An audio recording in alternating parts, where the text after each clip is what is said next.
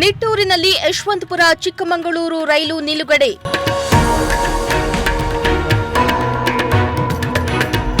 ಹಸಿರು ನಿಶಾನೆ ತೋರಿದ ಕೇಂದ್ರ ಸಚಿವ ವಿ ಸೋಮಣ್ಣ.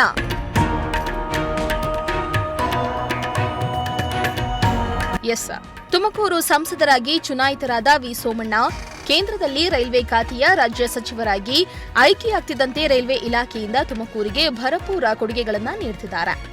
ರೈಲ್ವೆ ಇಲಾಖೆಯಿಂದ ಕೋಟ್ಯಾಂತರ ರೂಪಾಯಿ ಅನುದಾನವನ್ನ ತರ್ತಾ ಇರೋ ಸೋಮಣ್ಣ ಇದೀಗ ಗುಬ್ಬಿ ತಾಲೂಕಿನ ನಿಟ್ಟೂರು ಜನತೆಗೂ ಸಿಹಿ ಸುದ್ದಿಯೊಂದನ್ನ ಕೊಟ್ಟಿದ್ದಾರೆ.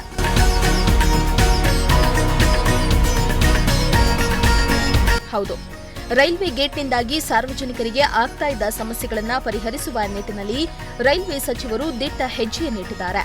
ಈ ಬೆನ್ನಲ್ಲೇ ತುಮಕೂರಿನಲ್ಲಿ 4 ರೈಲ್ವೆ ಮೇಲ್ಸೇತುವೆ ನಿರ್ಮಾಣ ಕಾಮಗಾರಿಗೆ ಶಂಕುಸ್ಥಾಪನೆ ನೆರವೇರಿಸಿರುವ ಸೋಮಣ್ಣ ನಿಟ್ಟೂರಿನಲ್ಲಿಯೂ ರೈಲ್ವೆ ಮೇಲ್ಸೇತುವೆಗೆ ಶಂಕುಸ್ಥಾಪನೆ ಮಾಡಿದ್ರು.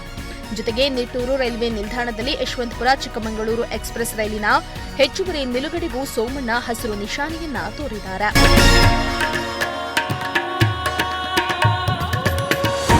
ಈ ವೇಳೆ ಬೆಲವತ್ತ ಗ್ರಾಮ ಪಂಚಾಯಿತಿ ಅಧ್ಯಕ್ಷೆ ಲತಾ ದಯಾನಂದ್, ಶಾಸಕರಾದ ಜ್ಯೋತಿ ಗಣೇಶ್, ಮುಖಂಡರಾದ ಎಸ್‌ಡಿ ದಿಲೀಪ್ ಕುಮಾರ್, ವಾಜಪೇಯಿ ರಾಜಶೇಖರ್ ಮತ್ತು ರೈಲ್ವೆ ಅಧಿಕಾರಿಗಳು ಸೇರಿ ಹಲವರು ಭಾಗಿಯಾಗಿದ್ದರು.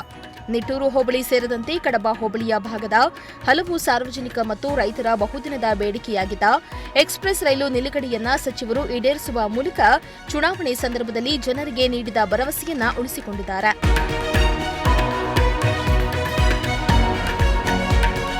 ದೇವರಾಜು, ಪ್ರಜಾಶಕ್ತಿ ಟಿವಿ, ಗುಬ್ಬಿ.